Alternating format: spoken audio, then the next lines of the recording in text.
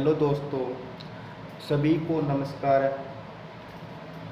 एक बार फिर से आप सभी का आपके अपने चैनल SK ट्यूशन क्लासेस पर स्वागत है। आज का हमारा टॉपिक टेंस, हिंदी में काल बोलते हैं।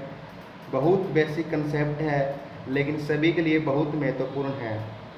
चाहे किसी भी क्लास का स्टूडेंट हो या कोई भी छात्र या छात्रा कंपटीशन की तैयारी कर रहे हैं, उन सब के लिए इंग्लिश ग्रामर का बहुत ही इम्पोर्टेंट टॉपिक है।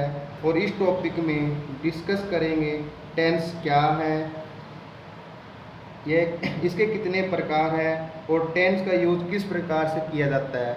सभी टेंसेस के बारे में बताया जाएगा। एक ही वीडियो में मैं आपको सारे टेंस समझाने का प्रयास करूंगा। इस वीडियो को आप ध्यान से देखें और लास्ट तक देखें। आपके सभी के इससे रिलेटेड सारे डाउट क्लियर होंगे और आपको ये टॉपिक बहुत अच्छे से समझ आएगा। और चलिए अब हम टेंस की शुरुआत करते हैं।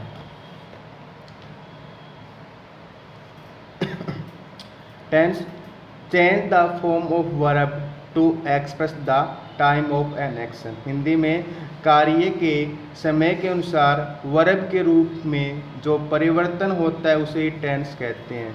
क्या मतलब? कार्य के समय के अनुसार वर्ब के रूप में जो परिवर्तन होता है, कार्य के समय के अनुसार वर्ब के रूप में जो परिवर्तन होता है उसे टेंस कहते हैं।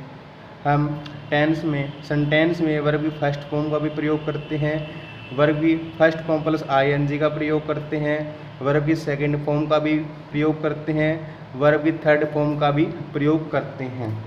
तो कब क्यों होता है वो ऐसा चेंज बार बार? वो कार्य के समय के अनुसार हमें वर्ब के रूप में परिवर्तन करना पड़ता है। तो क्या होगी डेफिनेशन हमारी? कार्य के समय के अनुसार वर्ब के रूप में जो परिवर्तन होता है उसे ही टेंस कहते हैं। काइंड ऑफ टेंस, काल के कितने प्रकार है? सभी को पता है टेंस के 3 प्रकार होते हैं। कौन कौन से? प्रेजेंट टेंस, वर्तमान काल। जो वर्तमान काल में जो अभी कुछ कार्य चल रहा है, जैसे वे बच्चे खेल रहे हैं, बच्चे पढ़ रहे हैं, तो ये क्या किस में आता है? प्रेजेंट टेंस में। पास्ट टेंस, भूतकाल टेंस, जो बीत चुका है, जो अतीत के बारे में बात की जाती है। कल हम खेलने गए थे, कल हम खेत गए थे, ये सब क्या है? भूतकाल या पास्ट टेंस। फ्यूचर टेंस, जो हिंदी में बोलते हैं भविष्य काल, जिसमें भविष्य के बारे में बात की जाती है। जैसे कल हम चिड़ियाघर जाएंगे, कल हम मामा जी के घर जाएंगे, तो ये क्या है? सभी फ्यूचर टेंस। अब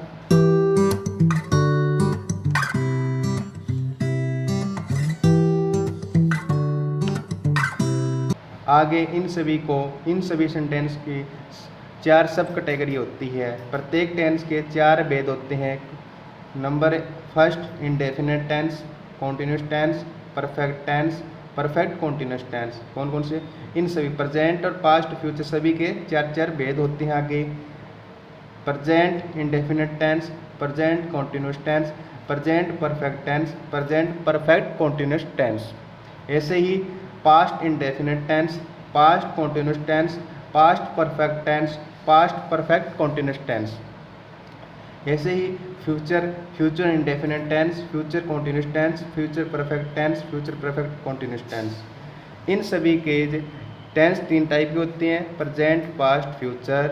और इस आगे से सभी टेंस के 4 पार्ट होते हैं, 4 भेद होते हैं। Indefinite, continuous, perfect, perfect continuous.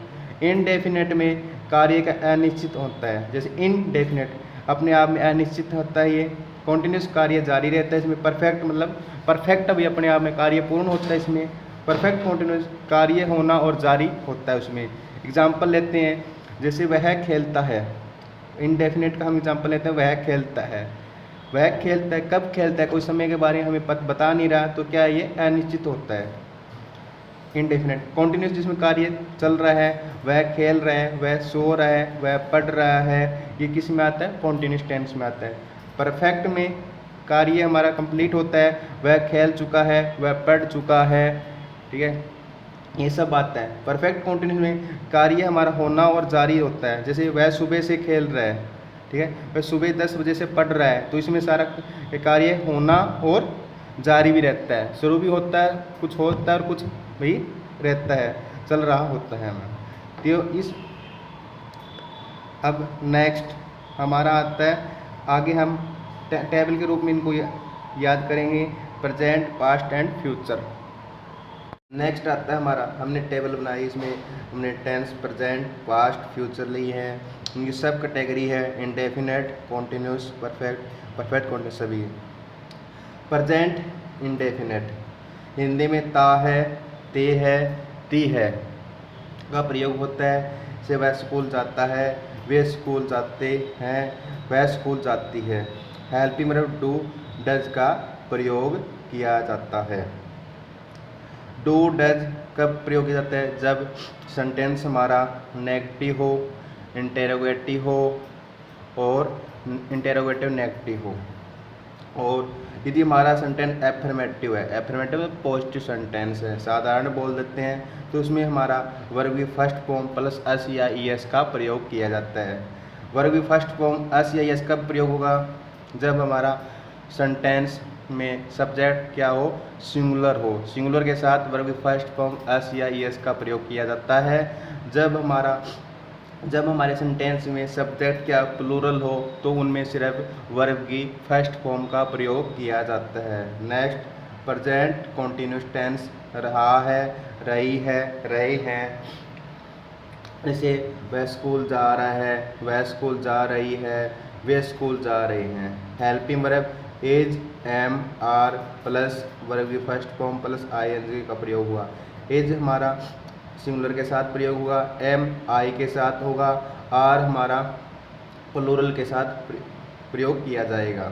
Present perfect, present perfect Hindi में चुका है, चुकी है, चुके हैं, था है, थी है, थे हैं। इसमें हम जैसे वह स्कूल जा चुके हैं, वह स्कूल जा चुकी है, वे स्कूल जा चुके हैं। Helping verb has, have verb की थर्ड फॉर्म, सिंगुलर के साथ हैज़, प्लूरल के साथ हैव वर्ब की third form. Present perfect continuous Hindi में रहा है, रही है, रहे हैं प्लस समय। वह स्कूल जा रहा है, वह खेल रही है, ये सब आता है। इसमें helping verb has, have, been plus verb की first form plus I N G, singular के साथ हैज़ बीन वर्ब की first form I N G आएगा, प्लूरल के साथ हैव बीन वर्ब की first form plus I N G का प्रयोग किया जाएगा। पास्ट इंडेफिनेट, पास्ट इंडेफिनेट था, थी, थे, ही था, थी, ये सब आते हैं। इसमें हमारी हेल्पिंग वर्ब डिड का प्रयोग किया जाता है, वर्ब सेकंड फॉर्म का प्रयोग किया जाता है। डिड का प्रयोग नेगेटिव सेंटेंस में, इंटेरोगेटिव सेंटेंस में, इंटेरोगेटिव नेगेटिव में प्रयोग किया जाता है। और हमेशा एक बात ध्यान रखना, डिड का प्रयोग होगा उसके बाद हमेशा वर्ब की फर्स्ट फॉर्म आएगी पास्ट इंडेफिनेट टेंस में। अब और एफर्मेटिव सेंटेंस है हमारा, एफर्मेटिव मतलब हमारा पॉजिटिव सेंटेंस है, उसमें वर्ब की सेकंड फॉर्म का प्रयोग किया जाएगा। पास्ट कॉन्टिन्यूस रहा था, रही थी, रहे थे। हिंदी में जब वह स्कूल जा रहा था, वह स्कूल जा रही थी, वे स्कूल जा रहे थे। Helping verb was, were plus verb की first form plus I N G का प्रयोग किया जाएगा। सिंगुलर के साथ वाज और प्लूरल के साथ वर का प्रयोग किया जाता है। पास्ट परफेक्ट टेंस चुका था, चुकी थी, चुके थे। जैसे वह स्कूल जा चुका था, वह स्कूल जा चुकी थी, वे स्कूल जा चुके थे। इसमें हेल्पिंग हमारी एक ही रहेगी हैड और वर्ब की third form. Past perfect continuous रहा था, रही थी, रहे थे, समय का प्रयोग होगा। सिंस हमारे डेफिनेट टाइम के लिए, जैसे निश्चित समय के लिए प्रयोग किया जाता है। फॉर हमारा अनिश्चित समय के लिए, इंडेफिनेट टाइम के लिए प्रयोग किया जाता है। Helping verb had, been verb और verb first form plus I N G का प्रयोग किया जाएगा। फ्यूचर इंडेफिनेट टेंस में हिंदी में गा है, गी है, गे है और हेल्पिंग वर्ब शैल, विल का प्रयोग होगा। जैसे गा, गी है, वह स्कूल जाएगा, वह स्कूल जाएगी, वे स्कूल जाएंगे। हेल्पिंग वर्ब शैल, विल, आई के साथ शैल और वी का प्रयोग किया जाता है। आई और वी के साथ शैल का प्रयोग किया जाता है। और बाकियों के साथ विल का प्रयोग किया जाता है और प्लस वर्ब की फर्स्ट फॉर्म। लेकिन मॉडर्न ग्रामर के अकॉर्डिंग आजकल सभी के साथ विल का प्रयोग किया जाता है। फ्यूचर कॉन्टिन्यूस रहा होगा, रही होगी, रही होंगी। वह स्कूल जा रहा होगा, वह स्कूल जा रही होगी, वे स्कूल जा रहे होंगे। इसमें helping verb shall, will plus be verb की फर्स्ट फॉर्म प्लस आईएनजी का प्रयोग किया जाएगा। फ्यूचर परफेक्ट टेंस चुका है, चुकी है, चुके है, होगा, जैसे वह स्कूल जा चुका होगा, ये सब कुछ ऐसे प्रयोग किया जाएगा। इसमें हमारा helping verb shall, will plus have plus verb की थर्ड फॉर्म का प्रयोग किया जाएगा। Now next, future perfect continuous रहा होगा, रही होगी, रहे होंगे प्लस समय होगा। सीन समय हमारा डेफिनेट टाइम के लिए प्रयोग किया जाएगा। फॉर हमारा इनडेफिनेट मतलब अनिश्चित समय के लिए प्रयोग किया जाएगा। Helping verb shall, will, have, been verb की फर्स्ट फॉर्म का प्रयोग, वर्ब की फर्स्ट फॉर्म प्लस आईएनजी का प्रयोग किया जाएगा। और पैटर्न हमारा होता है एस सब्जेक्ट होता है, वी हमारा वर्ब होता है, फिर ऑब्जेक्ट आता है, फिर हमारा अदर वर्ड्स, ऐसे हमारा सेंटेंस बनता है। एस का मतलब सब्जेक्ट होता है, वी का मतलब वर्ब होता है, ओ का मतलब ओ मीन्स ऑब्जेक्ट और डब्ल्यू अदर वर्ड। इसमें कुछ एक पैटर्न बनता है जो आपको याद रखना है। टेबल आसान याद करने का आसान तरीका क्या है, जैसे जितने भी कॉन्टिन्यूस टेंस है, कॉन्टिन्यूस और परफेक्ट कॉन्टिन्यूस है, इसमें हमेशा वर्ब की फर्स्ट फॉर्म प्लस आईएनजी का प्रयोग होता है।